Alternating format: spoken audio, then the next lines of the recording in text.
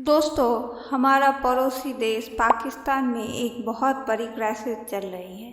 लोग खाना, आटा, दाल, तेल इन चीज़ों के लिए लड़ रहे हैं। हमने सोशल मीडिया पर हाल ही में काफ़ी वीडियो देखी होगी जहां पन्नी में भरकर लोग कुकिंग गैस ले जा रहे हैं और आटे के थैली के पीछे ऐसे लड़ रहे हैं जैसे कि शहर की आखिरी बोरी हो।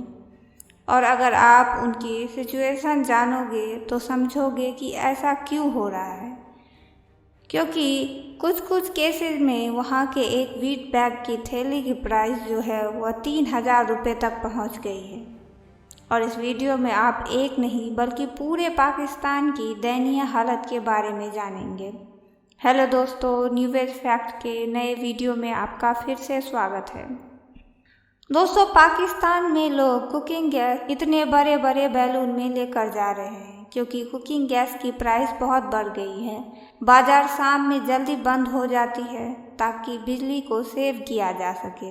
मिनिस्टर लोगों से बोल रहे हैं कि भाई चाय कम पियो क्योंकि चाय इंपोर्ट होती है और इस टाइम पाकिस्तान इंपोर्ट करने के हाल में बिल्कुल भी नहीं है।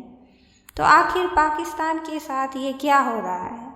ये तो हम सभी को पता है कि पाकिस्तान गरीब देश तो पहले से ही था, पर ऐसा क्या हुआ कि पाकिस्तान की हालत बद से बदतर होती चली गई। आज के वीडियो में हम यही जानने की कोशिश करेंगे, the story of economical crisis in Pakistan. दोस्तों, सबसे पहले कुछ फाइनेंशियल नंबर पर नज़र डालते हैं जो बीते सालों में पाकिस्तान की बदतर हालत की कहानी बताती है। फिक्सल डिफिक्ट यानी कि गवर्नमेंट की कमाई और खर्चे का डिफरेंस 115% तक बढ़ गया है। मतलब पाकिस्तान एक्सपोर्ट तो बहुत कम कर रहा है लेकिन इंपोर्ट बहुत ज़्यादा कर रहा है। आम भाषा में कहे तो आमदनी अठन्नी, खर्चा रुपया। इसके बाद एनुअल इन्फ्लेशन यानी सालाना महंगाई 30% तक बढ़ गया है। और जो ये डिफिक्ट है इसकी भरपाई करने के लिए पाकिस्तान साल दर साल इंटरनेशनल बैंक से लोन मांगता रहता है और अपना ब्याज और बढ़ाता रहता है। और अब ये इतना कंगाल हो गया है कि लोगों ने उधार देना भी बंद कर दिया है। और फॉरेन एक्सचेंज रिजर्व यानी कि जो पैसा किसी देश के सेंट्रल बैंक के पास होता है और जिससे कहीं ना कहीं इंटरनेशनल मार्केट में किसी डोमेस्टिक करेंसी की वैल्यू डिसाइड होती है, वह $5 बिलियन के नीचे गिर गई है। और इस सिचुएशन को क्रिटिकल बताया जा रहा है। और अगर मोटा मोटा समझा जाए तो पाकिस्तान के पास पैसे तो बिल्कुल नहीं है, पर कर्ज बहुत ज़्यादा हो गया है। और ऐसा इसीलिए हुआ क्योंकि पाकिस्तान की इंपोर्ट उसके एक्सपोर्ट से कहीं ज़्यादा है। इनफैक्ट सन 2000 के बाद साल दर साल ये डिफरेंस बढ़ता ही चला गया। और इकोनॉमी की माया जाल से देखें तो इसी वजह से फॉरेक्स दर साल दर साल घटते ही चले गए। और यह मेजर प्रॉब्लम इसलिए भी हो सकती है क्योंकि पाकिस्तान एक इंपोर्ट प्रधान देश है। मतलब पाकिस्तान की इकोनॉमी इंपोर्ट फ्यूल्स पर हेवीली इंडिपेंडेंट है। और ऑब्वियसली जब आपके देश में फ्यूल नहीं होगा तो आपके पास गैस, बिजली, पेट्रोल इन सारी चीज़ों की किल्लत होगी। और अगले 3 महीने में पाकिस्तान को अपना कर्ज उतारने के लिए एक्सटर्नल डेबिटर्स को $8.3 बिलियन देने होंगे। और जब आपके पास पैसा नहीं होगा और आपको इतना बड़ा कर्जा चुकाना होगा तो इस सिचुएशन को कहते हैं दिवालिया होना। दोस्तों, पाकिस्तान इंटरनेशनल मार्केट से पैसे मांग रहा है, खासकर इंटरनेशनल मॉनेटरी फंड से। हाल ही में पाकिस्तान के फाइनेंस मिनिस्टर ने एक बेल आउट पैकेज के सिलसिले में IMF के ऑफिशियल के साथ मीटिंग की है। बेसिकली पाकिस्तान को पैसे चाहिए और IMF पैसे देने के लिए तैयार भी है, पर कुछ कंडीशन पर, जिसमें इलेक्ट्रिक सब्सिडी को विड्रॉ करना और गैस प्राइस को इंटरनेशनल मार्केट से लिंक करना शामिल है। क्योंकि IMF to make sure Pakistan इन पैसे को फिर से धूल में ना उड़ा दे। They want to make sure this money is used in the right direction in a right way। और ये पहली बार नहीं है।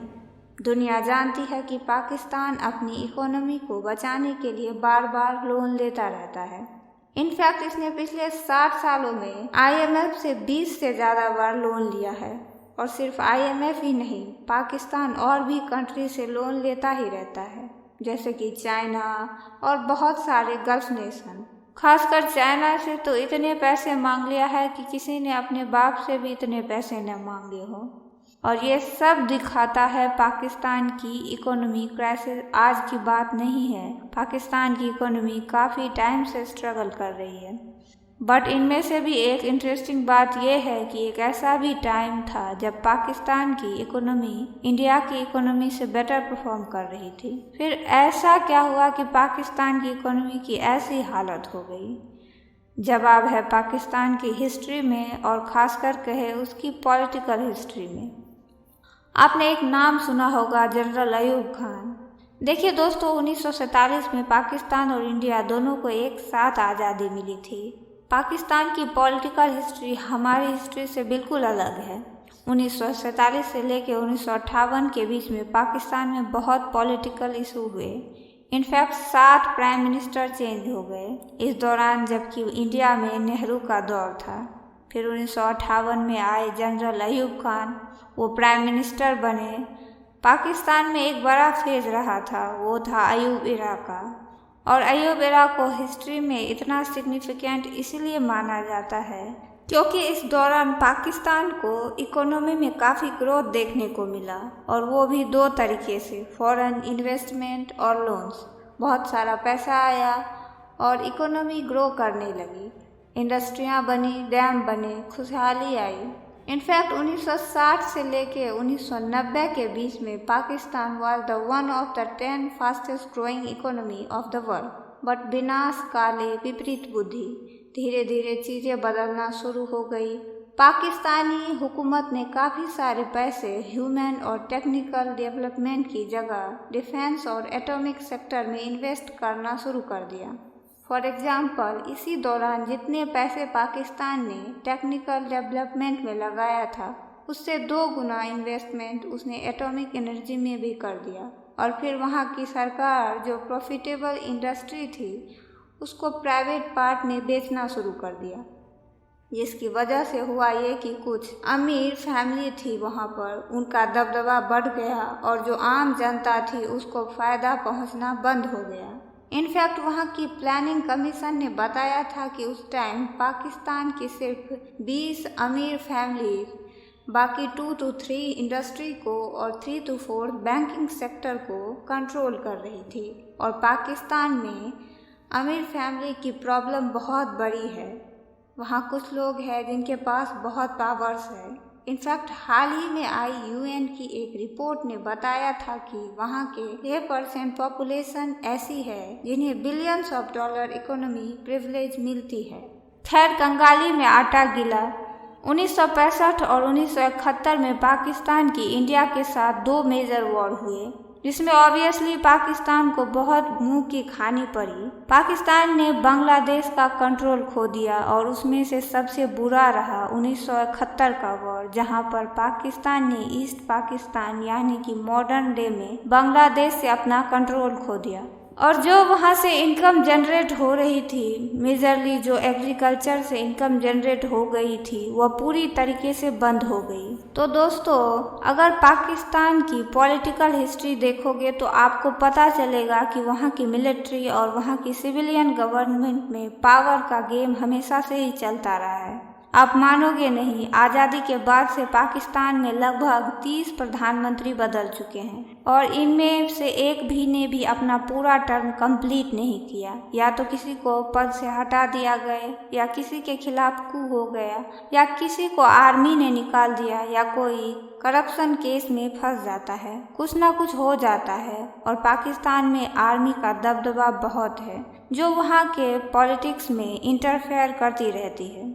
और मिलिट्री ने कई दफ़ा पाकिस्तान के डिफेंस बजट को भी मैनिपुलेट किया है।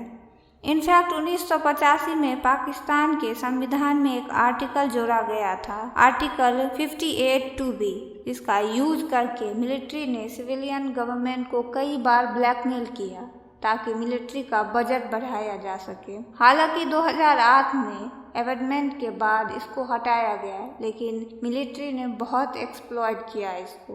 बट इसके बावजूद भी पाकिस्तान के डिफेंस को स्पेंडिंग कम नहीं हुई। एज ए रिजल्ट जो पाकिस्तान में कैपिटल इन्हेंसमेंट होना था वो सब धरा का धरा रह गया। और वहाँ पर लिटरेसी इतनी बड़ी प्रॉब्लम है कि वहाँ आज 100 में से लगभग 40 लोग इलिटरेट हैं। और ये बहुत बुरा है क्योंकि बहुत ऊपर लेवल पर जो गेम चल रहा है उसकी वजह से बहुत नॉर्मल लोग सफ़र कर रहे हैं। मिड 1980 से ये ट्रेंड देखा गया है कि पाकिस्तान के जो एक्सपेंडिचर है वहाँ के सरकार की कमाई से कई ज़्यादा बढ़ने लगे। और इस सिचुएशन को डील करने के लिए पाकिस्तानी हुकूमत ने लोन लेना शुरू कर दिया, बोथ डोमेस्टिकली और इंटरनेशनली। और आज हालत इतनी बुरी है कि पाकिस्तान के खुद के प्राइम मिनिस्टर एक्सेप्ट करते हैं that Pakistan has been with a begging bowl for 75 years, मतलब 75 साल से ये यहाँ से वहाँ हाथ फैला रहे हैं। और अब देखिए, बेसिक रूल ऑफ बैंकिंग कहती है कि अगर आप कहीं से लोन लेते हैं या कहीं से आप कर्ज लेते हैं तो उसका ब्याज देना ही पड़ता है। और इंटरनेशनल मार्केट में भी ऐसा ही चलता है, कोई देश अगर लोन लेता है तो उसे इंटरेस्ट देना ही पड़ता है। और पाकिस्तान ने इतना बड़ा कर्ज लिया हुआ है कि बजट का 1/3 हिस्सा सिर्फ ब्याज देने में ही चला जाता है। कैन यू इमेजिन, एक कंट्री के बजट का 1/3 हिस्सा, मतलब अगर आप 300 रुपये का बजट है तो 100 रुपये आपको ब्याज देने पड़ेंगे। अच्छा दोस्तों, ये तो पाकिस्तान के इकोनॉमिकल और पॉलिटिकल कंडीशन की बात हुई। और अब हाल ही के कुछ सालों में पाकिस्तान ने कई सारे इकोनॉमिक डिजास्टर भी देखे हैं जिसने वहाँ के लोगों को और इनकी इकोनॉमी को काफ़ी बुरी तरीके से इम्पैक्ट किया है। अब देखिए, हुआ ये कि कोविड पैंडेमिक के बाद और रसिया यूक्रेन क्राइसिस के बाद इंटरनेशनल मार्केट में फूड और फ्यूल के प्राइस हाइक हो गए। और पाकिस्तान की बदकिस्मती से ये देश इन दोनों चीज़ों को इंपोर्ट करता है और इस वजह से इसको बहुत झटका भी लगा। पिछले साल पाकिस्तान में हिस्ट्री की सबसे बुरी बाढ़ आई। 2022 में आई बाढ़ ने लगभग 3.5 करोड़ लोगों को इफेक्ट किया। डैमेज का एवोल्यूशन करें तो इस टाइम समवेयर अराउंड $30 बिलियन। इस देश को $30 बिलियन का नुकसान हुआ। इसके बाद आता है इन्फ्लेशन, फिर फिक्सल डिफेक्ट बढ़ जाता है, फिर देश को लोन लेने पड़ जाते हैं, फिर फॉरेक्स रिजर्व कम हो जाते हैं। तो पाकिस्तान इस इकोनॉमी की विशियस सर्कल में फंस चुका है। तो दोस्तों, पाकिस्तान के क्राइसिस की जो ये मोटा मोटा जो लेखा जोखा है वो हमने आपको इस वीडियो में समझाने की कोशिश की है। आई होप आपको ये वीडियो पसंद आई। कैसे लगी कमेंट में ज़रूर बताएं। वीडियो अगर अच्छी लगी हो तो लाइक करें, चैनल को ज़रूर सब्सक्राइब करें और बेल नोटिफिकेशन को ऑन करें। मिलते हैं अगले वीडियो में एक नए टॉपिक के साथ। तब तक के लिए मुझे दीजिए इजाज़त।